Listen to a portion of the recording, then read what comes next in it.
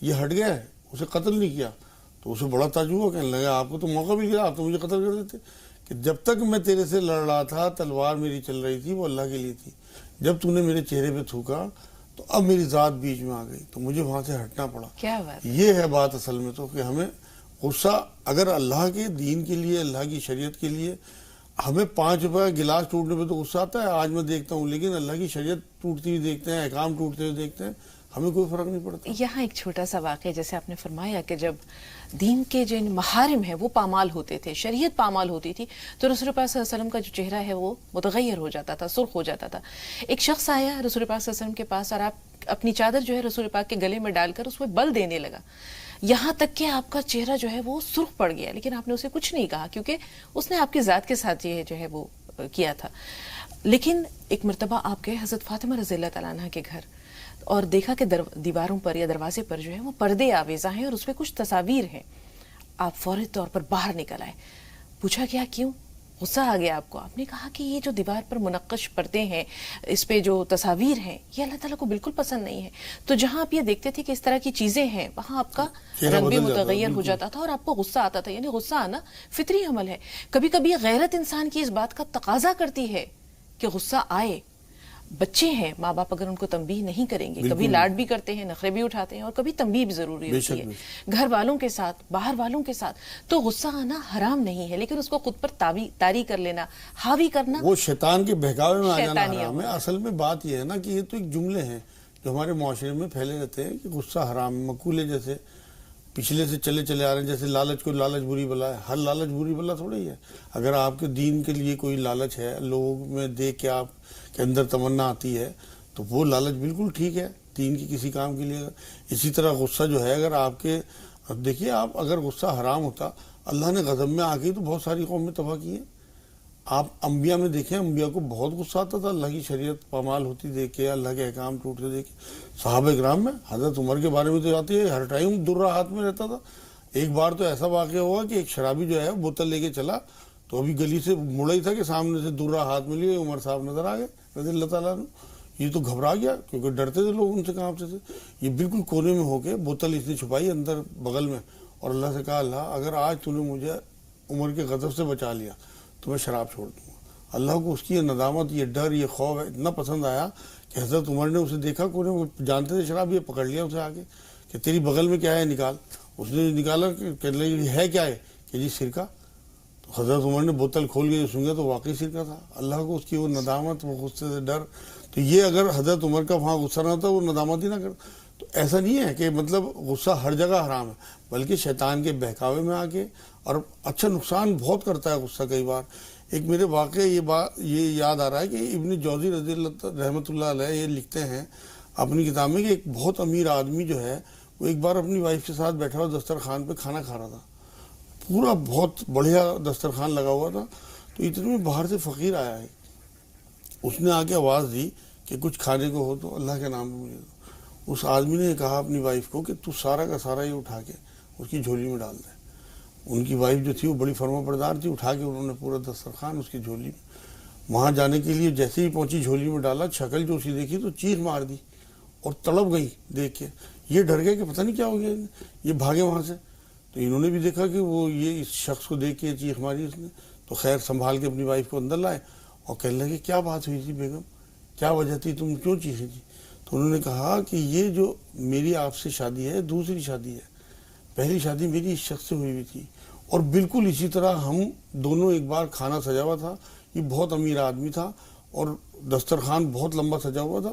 تو باہر اسی طرح ایک فقیر آیا اور اس نے اسی طرح آواز دی. یہ غصے میں آ گیا اس ٹائم کہ میرے کھانے کا ٹائم ہے, اس ٹائم یہ کیسے آ گیا. یہ اٹھا اور اس نے چھڑی اٹھائی اور بہت اسے مارا, لہو لہان کر دیا اس فقیر کو. تو اس فقیر نے پتہ نہیں کیا بات اس کے دل سے نکلی ہے, یہ یہاں سے روتا ہوا چلا گیا. اس کے بعد اس کا تمام کاروبار تباہ ہو گیا, یہاں تک کہ اس کا سب کچھ بک گیا. اور اس نے ایک دن غصے میں آ کے مجھے بھی طلاق دے دی. تو مجھے اس کی شکل دیکھ کے وہ یاد آ گیا کہ میرا خامن تھا.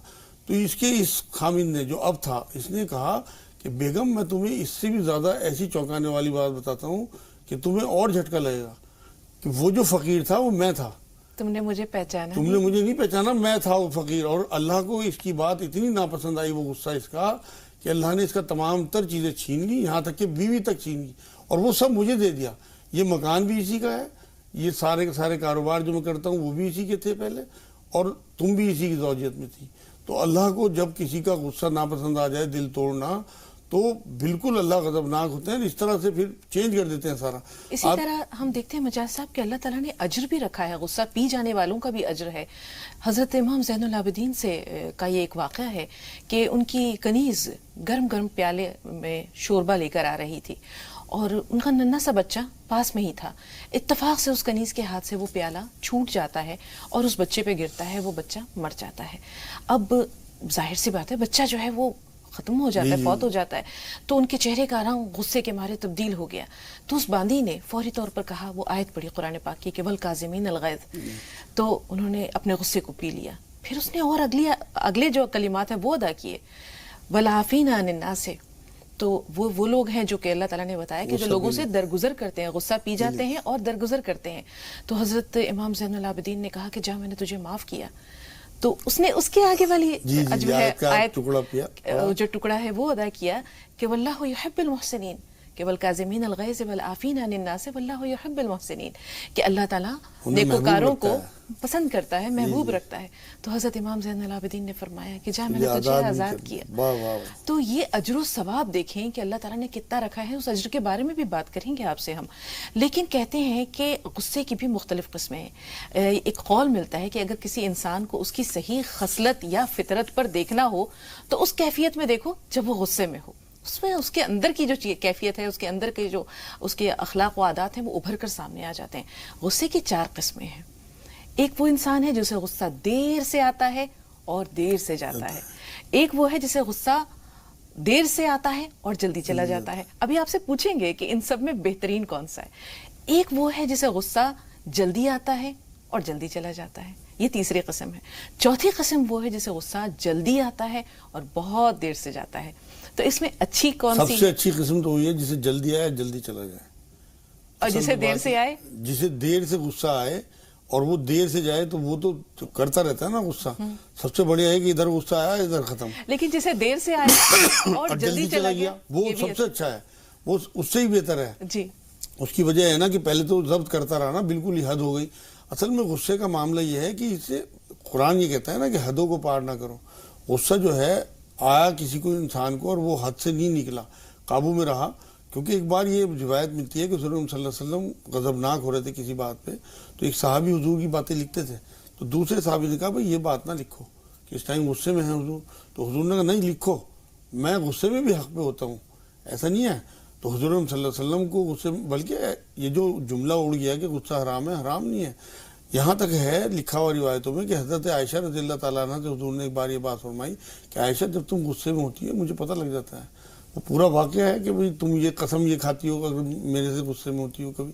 تو حضور کو تو اپنی بیویوں تک کے غصے اور مزاج کا اندازہ تھا.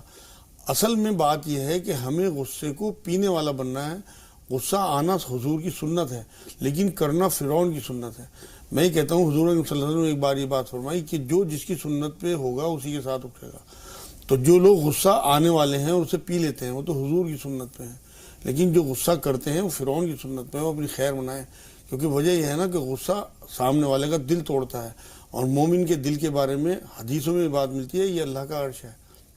ایک بار حضور نے کعبے کی طرف انگلی کر کے یہ بات کہی تھی کہ اے اللہ کے گھر یہ سن لے کہ اللہ کو یہ منظور ہے کہ تیری جو حرمت ہے وہ بے حرمتی میں اگر تبدیل ہو جائے وہ اتنا بڑا گناہ نہیں ہے جتنا کسی مومن کا دل توڑنا ہے.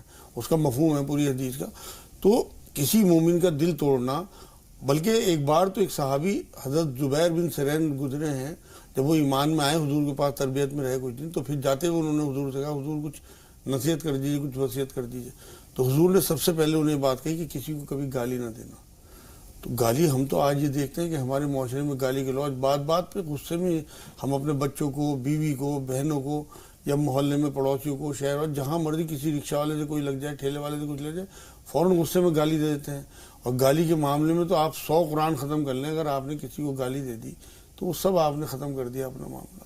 دوسرے جب انہوں نے حضور صلی اللہ علیہ وسلم سے پوچھا کہ حضور کوئی اور نصیحت، تو حضور صلی اللہ علیہ وسلم نے یہی بات کہی کہ جس سے ملو وہ خندہ پیشانی سے ملو. مطلب آپ کا جو اخلاق ہو بہترین، یہ نہ ہو کہ آپ امیروں سے تو اچھی طرح سے مل رہے ہیں اور غریبوں سے جو ہے وہ آپ میں دیکھتا ہوں نا بڑے بڑے بزرگوں کے یہاں بھی، دیندار لوگ یہاں بھی، کہ جو غریب ان کے ساتھی یا کوئی غریب ان کے ماننے والے ہوئے، انہیں تو انہوں نے ایک طرف بٹھا دیا، اور کلف لگے ہوئے کپڑے امیر لوگ جو کاروں سے اترتے ہیں ان کی الگ ویلیو.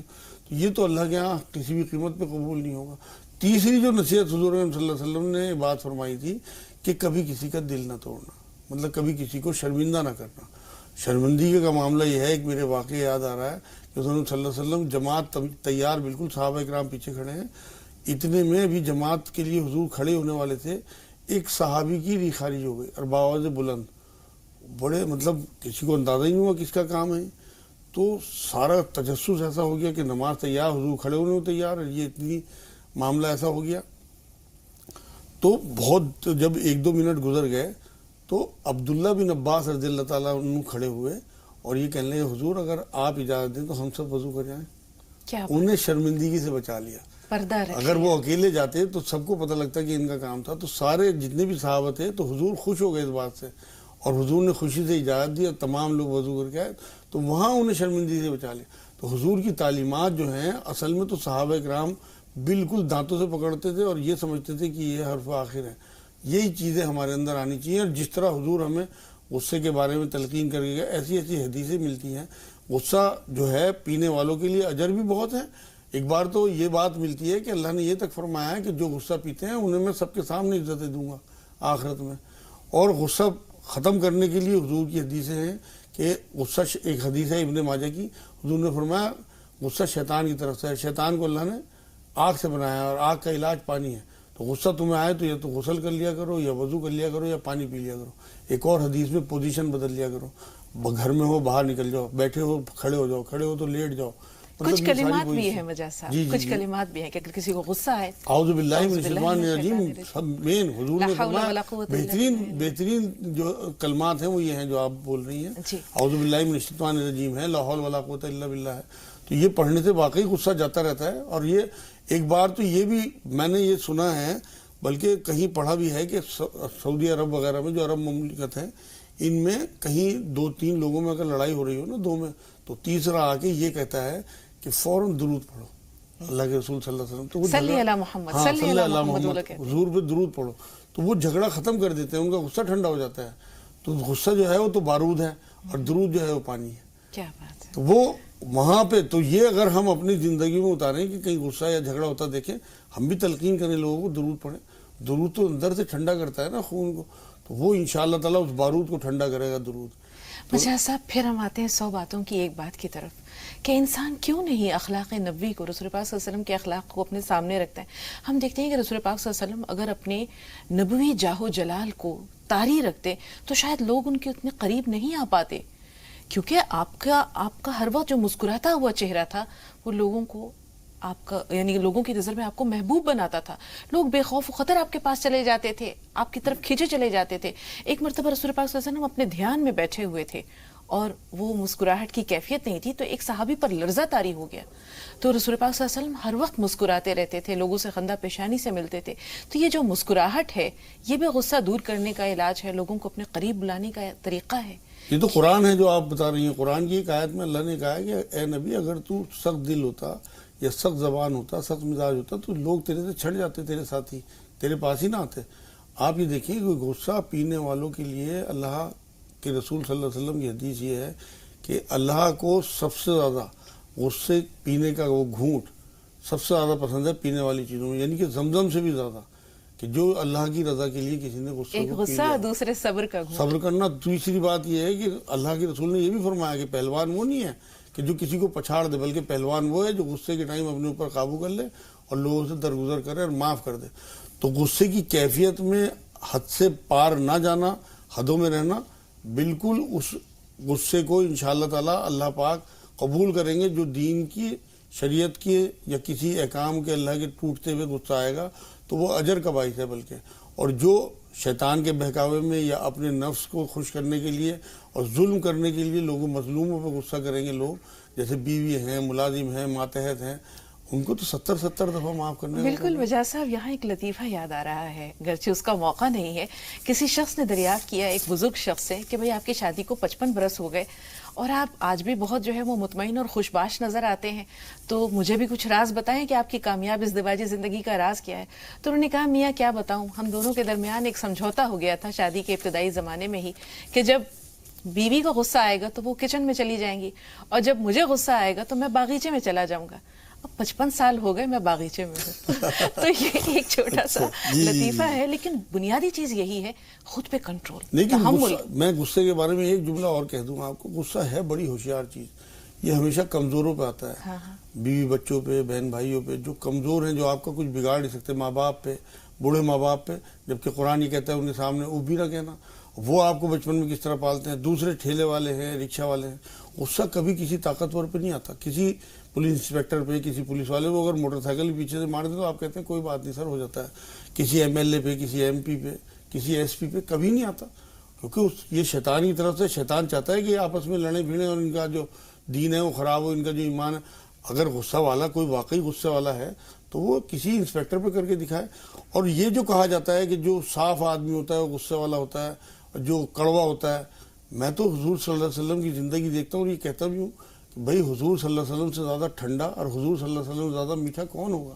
حضور نے اپنی اسی ٹھنڈک اور اسی میٹھے پن سے ہی تو ساری دنیا جیتی ہے. ایسا نہیں ہے کہ غصے سے دنیا اور جیتی ہے. انسان کا بنیادی امتحان بھی یہی ہے، بڑا چیلنج یہی ہے کہ آپ کو جب کسی کمزور پہ غصہ آئے اور آپ اس کو پی جائیں. لیکن کئی بار حکمتاً غصہ جو ہے نا وہ مینجمنٹ کے لیے بھی ضروری ہے کہ آپ اگر مان لو افسر ہیں، آپ کو اپنے ماتحتوں پہ وزڈم کے ساتھ غصہ، یا جیسے آپ شوہر ہیں اپنی بیوی کو آپ کو نیک راستے پہ لانے کی، کوئی آپ اس میں بد نظمی دیکھ رہے ہیں اپنی اولاد میں، یا کوئی جیسے استاد ہیں اپنے شاگردوں کے لیے، یہ سارے غصے کرنے ضروری ہیں. نہیں کریں گے تب بد نظمی ہو جائے گی. تو مینجمنٹ کے لیے کئی بار غصہ شو کرنا بھی ضروری ہے. بالکل مجاز صاحب، بہت طویل یہ موضوع ہے. 2 کالرز ہمارے ساتھ ہیں. پہلے فرزانہ صاحبہ آپ سے مخاطب ہے، فرمائیے سوال کیا ہے.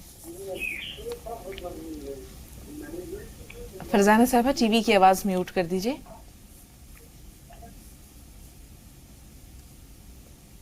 فرزانہ صاحبہ ہمیں سن پا رہی ہیں؟ ہیلو، السلام علیکم. وعلیکم السلام. جی بہن. مولانا صاحب سے پوچھنا ہے، وہ میں نے آگے فون کیا تھا، لگا تھا. ہیلو. جی جی، ٹی وی کی آواز میوٹ کر دیجئے فرزانہ صاحبہ، آپ کی بات ہم تک نہیں پہنچ پا رہی ہے. ہاں، کیا ہمارے نا وہ میری بہن ہے، تو ہلو میں نے اپلائی کیا تھا میری بیٹی کے پاس جانے کا، تو وہ کینسل ہو گیا. اب کل واپس میرا اپوائنٹمنٹ ہے ممبئی جانے کا ویزا کے لیے. جی ہلو، تو مولانا صاحب سے دعا کرنا چاہتی ہوں. اور میرا ایک لڑکا ہے، وہ بالکل ہماری بات نہیں سنتا ہے، 22 سال کا ہے. ٹھیک ہے. سائرہ آپ بتائیے آپ کا سوال کیا ہے. السلام علیکم. وعلیکم السلام. میرے 2-3 سوال ہیں. میں ایک تو گھر سے بہت پریشان ہوں.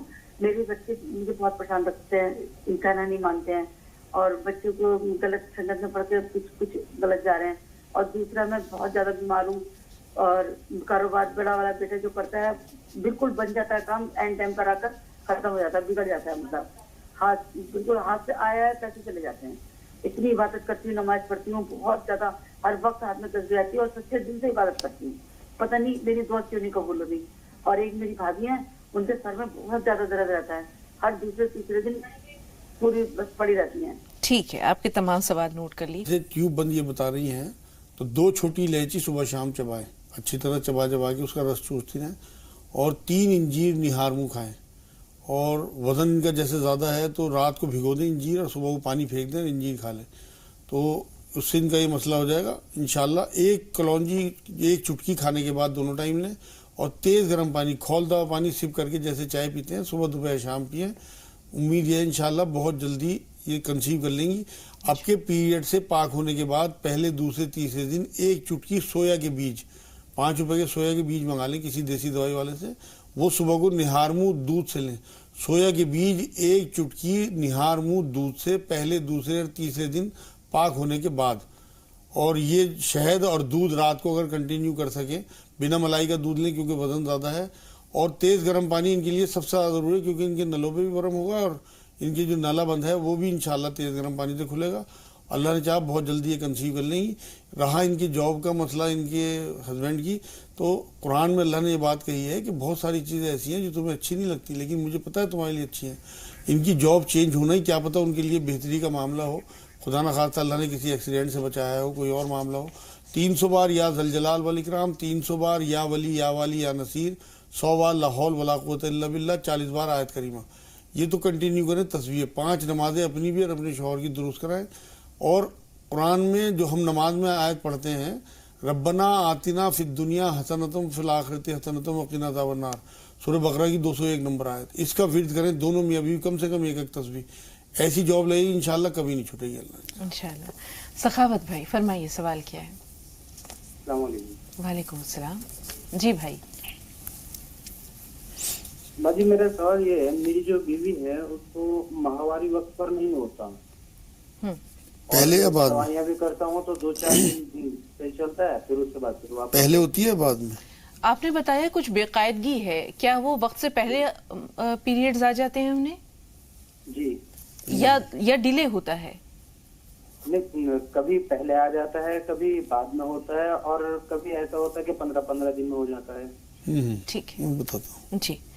اس کے علاوہ کوئی سوال ہے سخاوت بھائی؟ اور دوسرا، میں بھی اگر اپنا علاج کرتا ہوں تو دوائیاں کام نہیں کرتی. جی. آپ کو کیا پریشانی ہے؟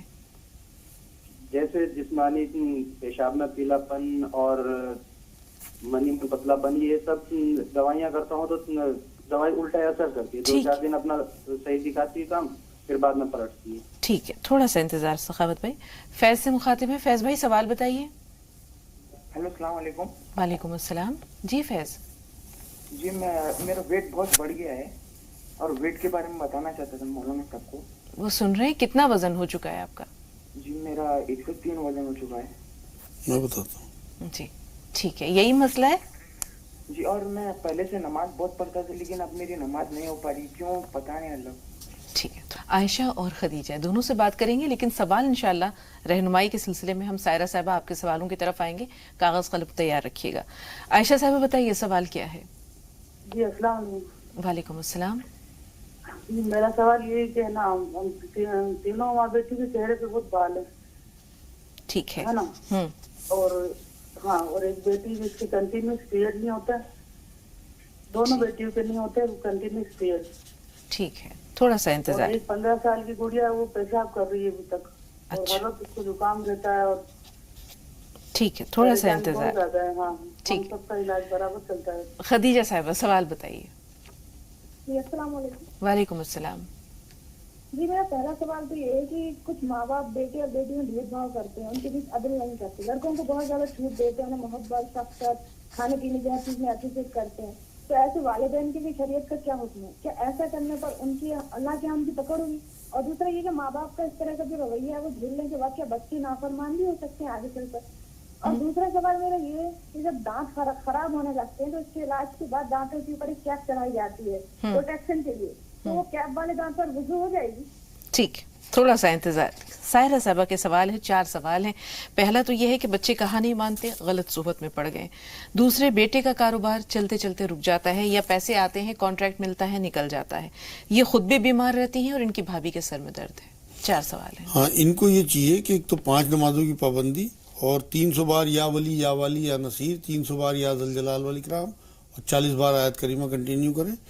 اور جو میں نے آیت بتائی ہے سورہ بقرہ کی 201 نمبر آیت جو نماز میں پڑھتے ہیں، ربنا آتنا فی الدنیا حسنۃ، آخر تک وہ ایک تصویر روز کی پڑھیں. اور ایک دعا قرآن اس میں حدیثوں میں آتی ہے حضور صلی اللہ علیہ وسلم کی، وہ پڑھا کریں. اللہم اکفنی بحلالک و اللہم اکفنی بحلالک عن حرامک واغننی بفضلک عمن سواک. یہ 7 بار یا 21 بار روز صبح شام پڑھیں، انشاءاللہ تعالیٰ کام سیٹ ہو جائے گا. سر کے درد کے لیے بھابھی کے وہ کلونجی کا تیل اور زیتون کا تیل برابر مقدار میں ملا کے رکھ لیں اور ڈراپر سے 1 بوند ناک میں ڈالیں. تھوڑی مرچیں لگیں گی وہ برداشت کریں. اور 3 انجیر نہار منہ کھائیں ان کی بھابھی، کبھی درد نہیں ہوگا سر میں. یا سلام یا اللہ کم سے کم 300 بار پڑھیں سر کے درد کے لیے. اور ان کے کاروبار کا جو مسئلہ ہے، بچے کہنا نہیں مانتے، اس کے لیے اذان ایک تو اپنے گھر میں دیں صبح شام کم سے کم 15-20 دن، اور 41 بار سورہ فاتحہ بسم اللہ کے ساتھ پڑھ کے باوضو پانی دم کر کے رکھ لیں اور صرف 1 بار گھر میں چھڑک دیں. اور بچوں کے لیے جو میں نے آیت بتائی ہے سورہ فرقان کی 74 نمبر آیت، اسے بھی 21 بار یا 100 بار کا ورد بنانے. ربنا هب لنا من ازواجنا وذریاتنا قرۃ اعین واجعلنا للمتقین اماما. تو اس سے انشاءاللہ تعالیٰ ان کے بچے جو ہے کہنے میں آ جائیں گے. 21 بار یا شہید سوتے ہوئے ان کے سرانے کھڑے ہو کے دم کر دیا. جی شبنم صاحبہ کے بھی 2 سوال ہیں کہ گھر میں بہت پریشانیاں رہتی ہیں، ان کے والد کے گھٹنے میں درد ہے اور یہ خود بھی بیمار رہتی ہیں. ہاں، ان کے والد کے گھٹنے کے درد کے لیے تو ایک تو انہیں ہلدی والا دودھ دیں رات کو، اور 1 چمچ زیتون کا تیل دن میں کسی بھی ٹائم پلا دیں، اور کوٹ مٹی، مہندی پتہ اور کلونجی پسوا کے رکھ لیں برابر مقدار میں ملا کے، اور آدھا چمچ کھانے کے بعد تینوں ٹائم دیں. یا سلام یا اللہ یا سلام یا اللہ کا ورد رکھیں، 10-20 دفعہ پڑھیں، اور ہاتھ پہ پھونک ماری اور گھٹنے میں پھیر لیا. اور 1 چمچ چینی پسی ہوئی، 1 چمچ ہلدی پسی ہوئی، اور آدھا چمچ چونا جو پان وان والوں کے لیے آتا ہے نا پڑیے چونے کی، وہ تینوں چیزیں پانی ڈال کے پیسٹ بنا لیں اور اس کا لیپ ان کے گھٹنے پہ کریں روز، اور اوپر سے سفید پٹی باندھ دیں رات کو سوتے ہوئے. 4-5 دن میں انشاءاللہ گھٹنے کا درد ختم ہو جائے گا. جی راشدہ صاحبہ کا سوال یہ، نند کو اولاد نہیں ہے اور خون میں انفیکشن بتایا ڈاکٹر نے. ہاں، اس کے لیے انہیں چاہیے کہ 3 انجیر نہار منہ روز، اور 1 چٹکی کلونجی نہ لیں بلکہ چورن بنا لیں، کلونجی، مہندی پتہ اور کوٹ مٹی، یہ تینوں چیزوں کی برابر مقدار میں ملا کے آدھا چمچ کھانے کے بعد تینوں ٹائم لیں. شہد اور دودھ پئیں رات کو سوتے ہوئے، اور تیز گرم پانی کا گلاس، کھولتا ہوا پانی 1 گلاس صبح 1 گلاس شام، جیسے چائے پیتے ہیں گھونٹ گھونٹ کر کے اس طرح سے پئیں. اور ایک عمل بنا لیں اثر کے بعد 300 بار یا رحمان یا رحیم یا اللہ، اور 40 بار آیت کریمہ لا الہ الا انت سبحانک انی کنت من الظالمین. 40 دن تک اثر کی نماز کے بعد یہ پڑھیں، اور صرف ایک دعا کریں کہ اللہ نیک اولاد، صحت مند، زندہ رہنے والی اولاد عطا فرما دے. جتنے دن پیریڈ کے ہوں گے اتنے دن آگے بڑھانے ہیں، باقی کوئی ناغہ نہیں کرنی. انشاءاللہ تعالیٰ ان کو کنسیو کر لیں گی. جی گھر میں کئی لوگوں کو داد کی شکایت ہے. ہاں، انہیں چاہیے کہ کوٹ مٹی جو کہلاتی ہے کستے شری، وہ پسوا کے رکھ لیں خوب ساری، اور آدھا چمچ کھانے کے بعد دونوں ٹائم لیں. اور کفور اور ناریل کا تیل گرم کر کے ڈبے میں بھر کے رکھ لیں، رات کو سوتے ہوئے لگائیں، اور صبح کو نہانے کے بعد خالی ناریل کا تیل جسم پہ لگائیں، اور 5 عناب کے دانے رات کو بھگو دیں اور صبح کو کھا لیں. انشاءاللہ سارے دانت ختم ہو جائیں گے. انڈا اور گوشت بند رکھیں. یا رحمان یا رحیم یا اللہ 300 بار، اور لا الہ الا انت سبحانک انی کنت من الظالمین 100 بار. یہ داد والے یہ لوگ پڑھیں، انشاءاللہ 1 ہفتے میں آپ دیکھیں گے داد ختم ہو جائیں گے انشاءاللہ. علینا فرمائیے سوال کیا ہے؟ ہیلو السلام علیکم باجی، فون مت کاٹیں، میرے 3 سوال ہیں. وعلیکم السلام. جی بتاتی جائیے. میرا پہلا سوال ہے، میری خالہ کو خواب دکھا ہے کہ ان کی بہن ان کے کمرے میں گئی سیدھے، اور جبکہ ایسے کمرے میں سیدھے جاتی نہیں ہے، اور وہ نیند میں کہہ رہی ہے کہ میری بہن پریشان ہے. اور دوسرا سوال یہ ہے کہ آیت کریمہ کب نازل ہوا ہے. تیسرا سوال یہ ہے گھر میں اگر بتی جلانا کیسا ہے. اور چوتھا سوال یہ ہے کہ جب مطلب بوتل سے پانی پیتے ہیں، کیا بوتل سے پانی پینا گناہ ہے؟ ٹھیک. عروج آپ بتائیے آپ کا سوال کیا ہے؟ السلام علیکم. وعلیکم السلام. جی مجھے حکیم صاحب سے پوچھنا تھا کہ میری پیٹ میں نا بہت ایسیڈیٹی بہت بنتی ہے، خالی پیٹ بھی بہت زیادہ ایسیڈیٹی بن رہی ہے. میں زیادہ مرچ اتنا اسپائسی کھانا نہیں کھاتی ہوں، پھر بھی بہت زیادہ ایسیڈیٹی بن رہی ہے میرے. کافی دن سے دوائی کھا رہی ہوں لیکن شادی شدہ ہیں؟ فرق نہیں پڑا. عروج میرڈ ہیں آپ؟ شادی ہو چکی ہے؟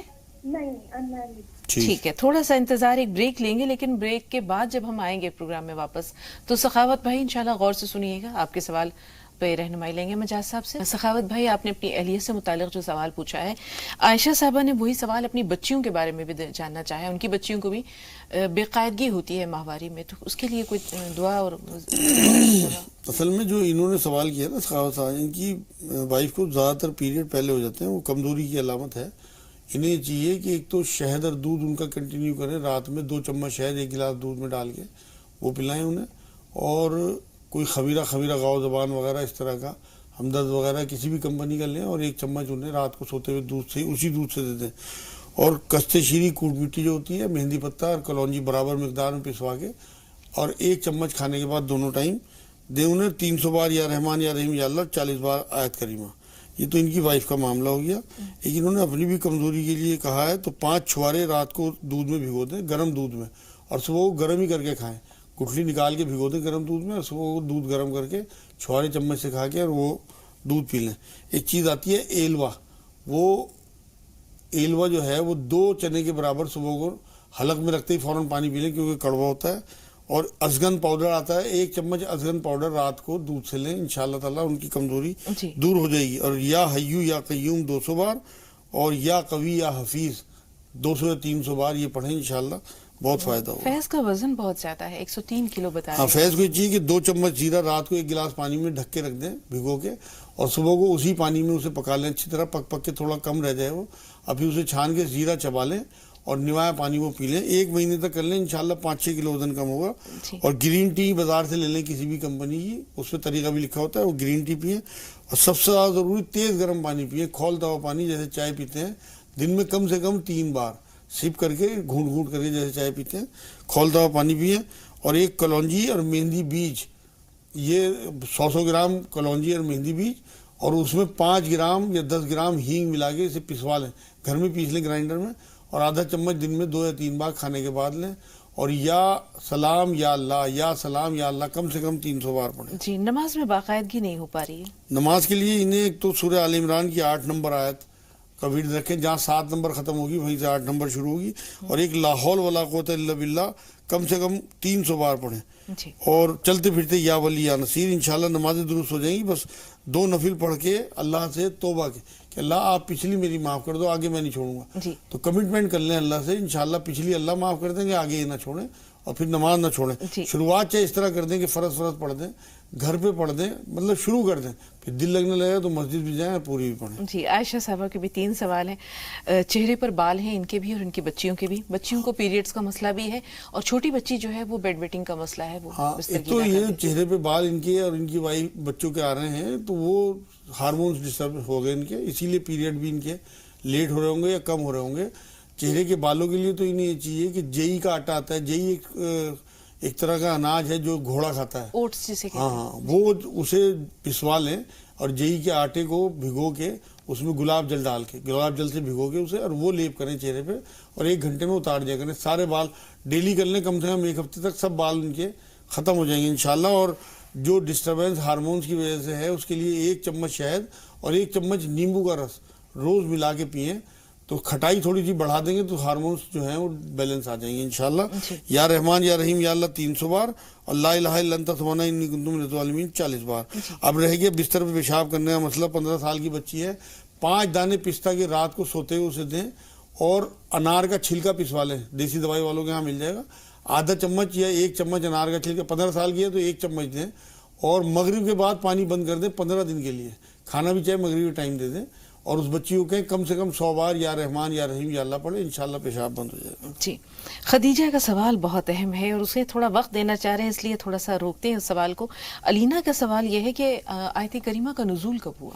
آیت کریمہ حضور اکرم صلی اللہ علیہ وسلم پہ نازل ہوئی ہے، حضرت لیکن یونس علیہ السلام. جی نہیں، یونس علیہ السلام کی دعا ہے کہ اللہ نے انہیں وہ دعا سکھائی تھی مچھلی کے پیٹ میں، لیکن اللہ کے رسول صلی اللہ علیہ وسلم پہ نازل ہوئے. قرآن سارا اللہ کے رسول صلی اللہ علیہ وسلم پہ نازل ہوا ہے. بتایا ہے کہ اگر ہم یہ دعا اسے نہ سکھاتے یونس علیہ السلام کو تو وہ ساری عمر مچھلی کے پیٹ میں پڑا رہتا. یہ تو اللہ نے اپنے رسول کو بتائی ہے بات، نازل حضور پہ ہوئی. حضور پہ بالکل صحیح کہہ رہے. اسی طرح ان کا سوال یہ ہے کہ گھر میں اگربتی جلانا کیسا ہے؟ بالکل ٹھیک ہے، کوئی حرج نہیں ہے.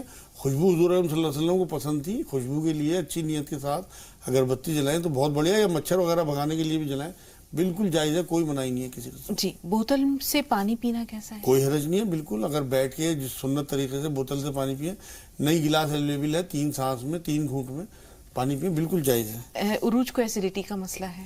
ایسیڈیٹی کے لیے عروج کو یہ چاہیے کہ جوں کا دلیا کٹوا لیں، جوں لے کے، اور 2 چمچ دلیا رات کو بھگو دیں، اور صبح کو اسے پانی میں ہی پکا لیں، اور اس میں اوپر سے تھوڑا سا دودھ اور شہد ملا کے وہ کھایا کریں، انشاءاللہ اس سے ایسیڈیٹی کی کم ہوگی. چونے کا ایک ٹکڑا منگا لیں 5-10 روپے کا، اور اسے 60-70 گلاس پانی میں بھگو دیں، وہ رات میں انشاءاللہ نیچے بیٹھ جائے گا سارا چونا. صبح کو اوپر کا پانی نتھار لیں اور بوتلوں میں بھر کے رکھ لیں، 2-3 بار کپڑا چھان کر کے، اور آدھا کپ وہ پانی اور اس میں 1 کپ سادہ پانی ملا کے وہ پئیں. ہمیشہ کے لیے ایسیڈیٹی ختم ہو جائے گی. صبح شام یہ چونا پانی پی لیں 10-15 دن. دانتوں پر کیپ لگا دیا جاتا ہے جیسے؟ بالکل جائز ہے، کوئی حرج نہیں ہے. پانی اندر تک جاتا ہے، کلی اچھی طرح کر لیا کریں، کیونکہ یہ ساری جو ٹیکنالوجی ہے، جتنی بھی ڈسکوری ہے، وہ سب ہمارے لیے ہے، اور اس میں کوئی حرج نہیں ہے. اب آخری اور بہت اہم سوال جو ہے وہ دوسرے میں اس میں ایک اور وضاحت کر دوں. وضو کے 4 فرض اللہ نے جو قرآن میں بیان کیے ہیں، اس میں کلی کرنا نہیں ہے، کلی کرنا سنت ہے. اگر کہیں پانی نہیں بھی پہنچتا منہ میں تو وہ کوئی حرج نہیں ہے اس میں. تو اس لیے اپنے ذہن بالکل کلیئر رکھیں، بالکل وہ ان کا بھی وضو. اولاد میں خاص طور پر بیٹی اور بیٹی میں فرق کرنا کیسا ہے؟ اور اس سلسلے میں اگر اولاد نافرمان ہو جاتی ہے تو اس کا مواخذہ کس سے ہوگا؟ اصل میں بات یہ ہے ماں باپ کبھی غلط نہیں ہوتے، ہمارے اپنے اعمال جو ہیں وہ تھوڑا سا رجحان ہمارے ماں باپ کا بدل دیتے ہیں. یہ انہیں غلط فہمی ہو گئی. جس ماں نے 9 مہینے پیٹ میں لڑکے کو رکھا ہے اسی نے لڑکی کو بھی رکھا ہے. لیکن کئی بار ایسا ہوتا ہے ہماری جہالت کی وجہ سے ہم اپنے بچوں کو وہ اٹینشن نہیں دے پاتے جو ان کا حق ہوتا ہے. خاص طور سے بچیوں کو، جس معاشرے میں ہم رہ رہے ہیں وہاں پہ بچیوں کو یا عورتوں کو پیر کی جوتی سمجھا جاتا ہے. حضور اکرم صلی اللہ علیہ وسلم نے تو وہ توقیر دی ہے بچیوں کو. حضرت فاطمہ رضی اللہ تعالیٰ عنہا آتی تھی تو اٹھ کے ہاتھ چومتے تھے، ماتھا چومتے تھے، چادر بچھا کے اس پہ بٹھاتے تھے. لیکن کیونکہ ہمیں دین کا پتہ نہیں ہے، جہالت ہے، تو اس لیے بچیوں کو تھوڑا سا حقیر، بلکہ حضور صلی اللہ علیہ وسلم نے تو یہاں تک تعلیم دی ہے کہ اگر تم گھر میں گھسو اور کوئی چیز لاؤ تو پہلے بچیوں کو دو. تو ان ماں باپ کو یہ بات سمجھنی چاہیے کہ چھوٹے چھوٹے دل ان بچیوں کے ہوتے ہیں، دوسرے گھروں میں جانا ہوتا ہے. ماں باپ کے ہاں سے اگر یہ اس طرح سے حقیر ہو کے جائیں گی تو وہاں بھی انہیں پتہ نہیں کیا ملنے والا ہے. موما ہوتا ہے سسرال کا معاملہ، کیا کھلے گا لفافے میں سے. تو بہت احتیاط کرنی چاہیے. لیکن انہیں اپنے ماں باپ سے بدظن نہیں ہونا چاہیے. وہ اپنی کمزوری یا اپنی جہالت کی وجہ سے اگر ایسا کر رہے ہیں تو یہ خوش رہیں، کیونکہ یہ کبھی بھی حق ادا نہیں کر سکتے. ایک صحابی نے حضور صلی اللہ علیہ وسلم سے بات کہی کہ میں نے اپنی ماں کو کندھے پہ بٹھا کے حج کرایا ہے، کیا میں نے حق ادا کر دیا؟ تو حضور نے فرمایا، حضور بلکہ تھوڑا سا غضبناک ہوئے اور یہ کہنے لگے تیری ماں نے تیری پیدائش کے ٹائم جو جھٹکے برداشت کیے ہیں، ایک جھٹکے کا بھی تو نے حق ادا نہیں کیا.